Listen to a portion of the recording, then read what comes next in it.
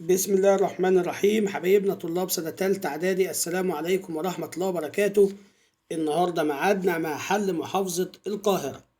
الفترة اللي جاية إن شاء الله هنحل 27 محافظة كلهم، علشان نعرف شكل الامتحانات بتيجي عاملة إزاي، وأهم الأسئلة اللي بتيجي في الامتحانات علشان نركز عليها. بالتوفيق للجميع بإذن الله. لو عجبك الفيديو اشترك في القناة، فعل الإشعارات عشان يوصلك كل جديد. محافظة القاهرة السنة اللي فاتت كان جايب خريطة استراليا، وأول حاجة كان طالبها فيها رقم 1 المحيط اللي موجود في المكان ده. قولوا معايا يا شباب، اختبر نفسك. أيوة فعلا المحيط الهندي. إنما لو جاب لك استراليا وشاور لك في المكان ده، طبعا هنا المحيط الهادي. رقم 2 النهر الطويل اسمه نهر أيوة نهر دارلينج. إنما لو قال لك النهر القصير الصغير ده اسمه نهر ميري. طيب 3 جبال، الجبال الوحيدة اللي موجودة في استراليا اسمها ايه؟ أيوة جبال الحاجز الكبير أو جبال الألب الأسترالي. طيب 4 إقليم مناخي اللي موجود في المكان ده، إقليم، أيوة صح، إقليم البحر المتوسط. طيب ماشي، طب إيه أهم الأقاليم المناخية اللي موجودة في قارة استراليا؟ في إقليم مناخي موجود فوق في الحتة دي في أقصى شمال استراليا اسمه إقليم موسمي. تحت منه بشوية في المكان ده تقريبا إقليم اسمه إقليم مداري. في المكان ده إقليم صيني أو المعتدل الدافئ شرق القارات. الجزيرة الصغيرة دي اسمها جزيرة تسمانيا. المدار ده اسمه مدار الجدي. طيب ماشي. تاني سؤال كان جايبه في محافظة القاهرة هو سؤال صوب ما تحته خط. وأول سؤال بيقول: يقل السكان في قارة أمريكا الشمالية في دول البرزخ مثل دولة المكسيك. طبعا المكسيك شادت تحتها خط، الصح ايه؟ أيوة برافو عليكم، دولة هندوراس ودولة تانية اسمها دولة كوستاريكا. الاتنين دول بنسميهم دول البرزخ. السؤال التاني: تشبه تضاريس قارة استراليا تضاريس قارة أمريكا الجنوبية، وشادت خط تحت أمريكا الجنوبية. الصح إيه؟ أيوة برافو عليكم، قارة إفريقيا، لأن قارة استراليا وقارة إفريقيا هما الاتنين بيسودهم المظهر الهضبي. طيب 3 تكثر الهضاب شرق جبال الإنديز اللي موجودة في قارة أمريكا الجنوبية مثل هضبة البرازيل في الجنوب، وشادت خط تحت البرازيل. الصح ايه؟ ايوه برافو عليكم، هضبة باتاجونيا. طيب 4 ترتفع نسبة فئة كبار السن في الدول الأفريقية. طبعا الإجابة لأ، في الدول الأوروبية، لأن الدول الأوروبية بتهتم بالتعليم والرعاية الصحية. سؤال اللي بعده: بما تفسر العرب ليسوا من سلالة واحدة؟ ليه العرب ما هماش من سلالة واحدة؟ طبعا الإجابة بسبب الهجرات والفتوحات عبر العصور المختلفة. طب بما تفسر تسمية هضبة التبت بسقف العالم؟ ليه؟ أيوة بسبب ارتفاعها عن قمم الجبال. طيب بما تفسر كثرة الموانئ الطبيعية بالسهول الساحلية في قارة أوروبا؟ أيوة برافو عليكم، بسبب شدة تعرق سواحلها وكثرة الجزر حولها. ممتازين والله العظيم. السؤال الرابع: بما تفسر نمو الغابات الموسمية في جزيرة مدغشقر؟ ليه؟ أيوة بسبب غزارة الأمطار، لأنها تقع ضمن الإقليم الموسمي. بعد كده كان جايب لهم سؤال اكتب صح أو غلط. بيتركز سكان قارة أوروبا في المناطق الصناعية الكبرى مثل دولتي فنلندا والنرويج. لا طبعا الإجابة غلط، زي دولة ألمانيا، فرنسا، أسبانيا، بريطانيا والدول دي. السؤال الثاني: الصنوبر والشربين من أهم أشجار الغابات المخروطية طبعا الإجابة صح. 3. تمتد جبال الألب الدينارية، أنا بقول الألب الدينارية اللي هي موجودة في قارة أوروبا، في شبه الجزيرة العربية. طبعا الإجابة غلط، في شبه جزيرة البلقان. طب 4.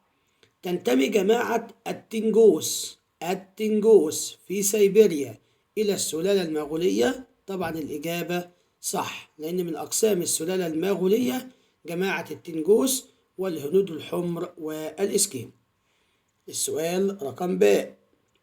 استنتج العلاقة بين مظاهر السطح وتوزيع السكان في قارة آسيا. إيه اللي جاب مظاهر السطح لتوزيع السكان في قارة آسيا؟ الإجابة هنقول تتركز السكان في السهول الفيضية زي نهر اليانجتسي في الصين ونهر الجيانج في الهند، وكمان بيتركزوا في الجزر الجيدة زي جزيرة جاوا وجزر اليابان. طيب ماشي، بيقلوا فين؟ بيقل السكان في المناطق الصحراوية زي صحراء شبه الجزيرة العربية، والمناطق الجبلية والهضبية اللي موجودة في الوسط.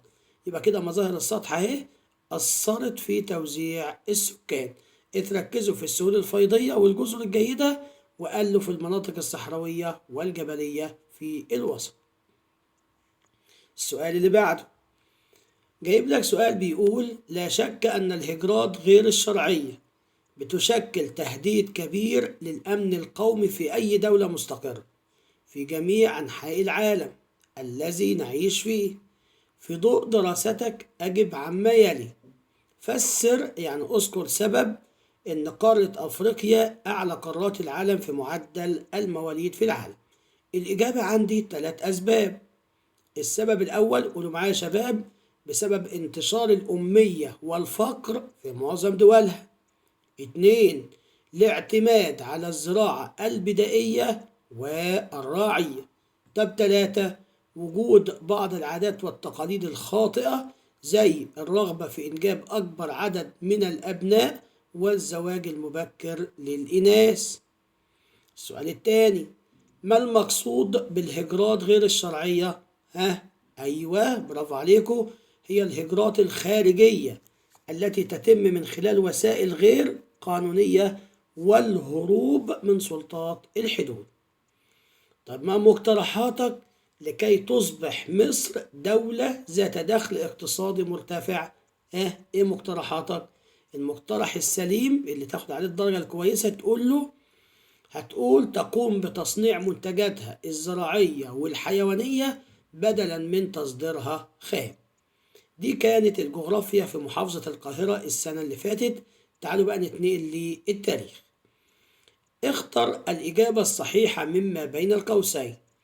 كان حفرها شرط من شروط امتياز قناة السويس. طلعت أيوة، طلعت الإسماعيلية. ممتازين.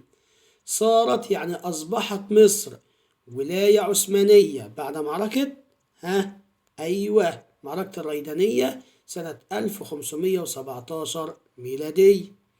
صمد بقواته في معركة التل الكبير أمام القوات البريطانية إلى أن استشهد هو ومعظم رجاله. أيوة، الضابط محمد عبيد. 4. اجتمع زعماء الشعب بدار المحكمة وقرروا عزل الوالي العثماني أيوة، خورشيد باشا. السؤال اللي بعده جايب لك برضه سؤال مقالي وجايب لك عليه مجموعة أسئلة. أدت مقاومة أبناء الصعيد إلى تعاظم الشعور الوطني ونمو الوعي القومي تجاه الاحتلال الفرنسي. في ضوء هذه العبارة قارن بين ثورة القاهرة الأولى وثورة القاهرة الثانية من حيث مقر الثورة. هعمل جدول كده محترم في كراسة الإجابة مكون من 3 خانات. الخانة الأولى وجه المقارنة، والخانة الثانية المقارنة الأولى اللي هي ثورة القاهرة الأولى، والخانة الثالثة ثورة القاهرة الثانية. مقر ثورة القاهرة الأولى كان الأزهر الشريف. طب والثانية كان حي بولاق. نتائج ثورة القاهرة الأولى: أولا، إعدام الكثير من الأهالي والثوار، فرض الغرامات المالية على العلماء والتجار، شرع الفرنسيين في تحصين مدينة القاهرة. ركزوا يا شباب في نوعية الأسئلة عشان تقدروا تحلوا بإذن الله.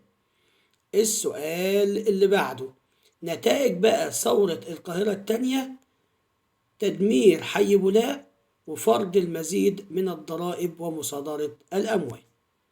السؤال رقم د: دلل تاريخيا على صحة العبارات التالية: لم يكن خلفاء محمد علي على شاكلته من حيث القوة والوعي. يعني ليه خلفاء محمد علي ما كانوش زيه من حيث القوة أو الوعي؟ لا كانوا أقوياء ولا واعيين زيه.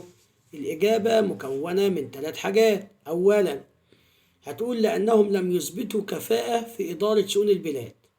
2، صدمتهم الموجة الغربية. طب 3، تأرجحوا في إبداء مظاهر الميل بين إنجلترا وفرنسا والدولة العثمانية. السؤال الرابع: ما النتائج المترتبة على إصدار سعيد باشا اللائحة السعدية سنة 1858 ميلادية؟ قولوا يا شباب. أيوة، برافو عليكم، فعلا أصبح للفلاح الحق في توريث الأرض الزراعية. ممتازين والله. ما النتائج المترتبة على سياسة محمد علي الاقتصادية وأثرها في تشكيل وبناء القوى الاجتماعية في مصر؟ السؤال ده مشهور جدا جدا جدا، جه تقريبا في كل الامتحانات، فركزوا عليه يا شباب.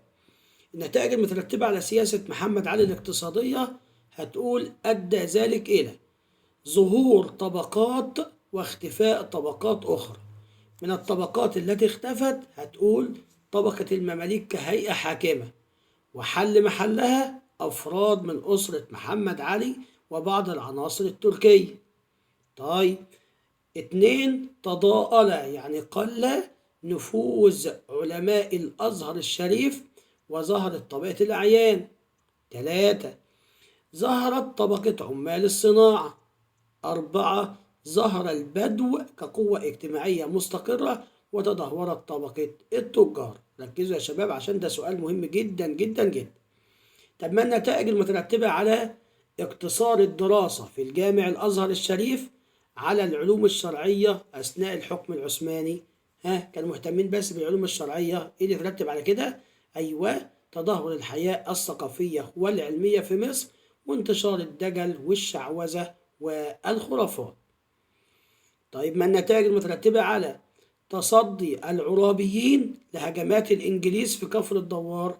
لما نجح أحمد عرابي وزمايله في كفر الدوار إن هم يرجعوا القوات الإنجليزية مرة تانية الإسكندرية، هنقول أدى ذلك إلى انسحاب القوات البريطانية إلى الإسكندرية وتحركهم إلى قناة السويس. السؤال اللي بعده: أعطي مفهوما لكل مما يلي. احفظوا التعريفات عشان لازم يجي منها. ما المقصود بالاتفاق الودي؟ الاتفاق الودي ده اتفاق حدث بين حكومتي انجلترا وفرنسا، وبينص على انفراد انجلترا بحكم مصر مقابل انفراد فرنسا بحكم المغرب اللي هي مراكش حاليا. طيب ماشي. ما المقصود بالحماية البريطانية؟ هي خضوع مصر المطلق للاحتلال البريطاني. خضوع مصر المطلق للاحتلال البريطاني. طب ما المقصود بالاحتلال؟ الاحتلال هي استيلاء دولة على بلد آخر قهرا أي بالقوة. طب فرمان أمر من سلطان الدولة العثمانية واجب التنفيذ. طيب ماشي. آخر سؤال معانا في محافظة القاهرة: لمن تنسب الأعمال الآتية؟ قام بتأليف وزارة برلمانية في مصر عام 1924. طبعا الإجابة سعد زغلول، وده يا شباب من الأسئلة المشهورة جدا جدا في الامتحانات. 2، دعا إلى إنشاء نقابات للعمال ومدارس الشعب الليلية عشان يتعلم فيها الفقراء وأبناء العمال مجانا. أيوة، برافو عليكم، محمد فريد. مين اللي ألغى معاهدة 1936 وأطلق حرية النضال للشعب في أكتوبر 1951؟ أيوة، برافو عليكم، هو مصطفى باشا النحاس.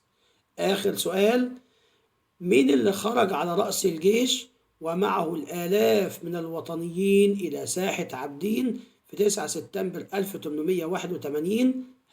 أيوة، الإجابة الزعيم أحمد عرابي. وبكده يا شباب أكون خلصت المحافظة.